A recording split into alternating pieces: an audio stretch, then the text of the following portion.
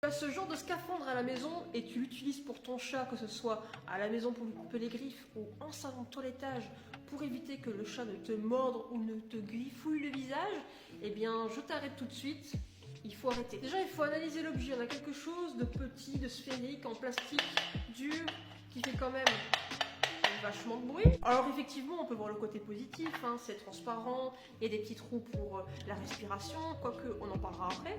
C'est attaché avec un petit ruban en scratch.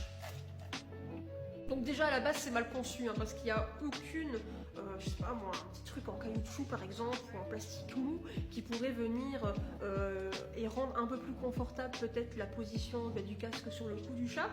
Mais même pas, ça n'a même pas été pensé. Si votre chat déjà ne se laisse pas faire à la maison ou en salon de toilettage, c'est tout simplement parce qu'il est commandité par la peur. Et c'est ainsi pour tous les animaux. Si un animal ne se laisse pas faire, c'est ou un manque de désensibilisation directement au plus jeune âge, ou alors tout simplement il a déjà été blessé lors d'un précédent toilettage, ce qui peut arriver. Donc forcément l'animal, s'il s'est déjà fait blesser ou alors qu'il ne connaît pas du tout les bonnes méthodes de toilettage ou de coupe-griffe, forcément il ne va pas se laisser faire. Donc il a peur, le chat a peur. Est-ce que la solution c'est de lui mettre ce genre de matériel autour de la tête, donc quelque chose qui est quand même petit, qui n'est pas très rassurant, parce qu'en plus on lui ajoute une peur supplémentaire. Imaginons que je suis un chat et j'ai peur, je le mets autour de ma tête, bim, déjà qu'est-ce qui se passe? Je comprends pas, je suis un chat, je suis apeuré.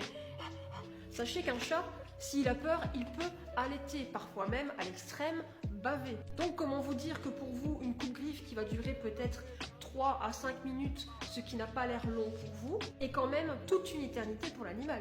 Donc ça veut dire que pendant 2 à 5 minutes, le chat, s'il stresse, il va allaiter et oh surprise, ça fait de la condensation. Donc vous l'aurez compris, la respiration est, comment dire, quelque peu compliquée.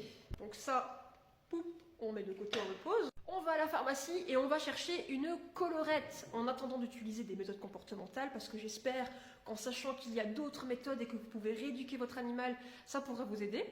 Voici quelques extraits pour que vous compreniez mieux là où je veux en venir. Alors bien sûr, il y a quelques rares chats chez qui cela pourrait fonctionner, mais n'en faites pas une généralité, s'il vous plaît. À couper les griffes de votre chat.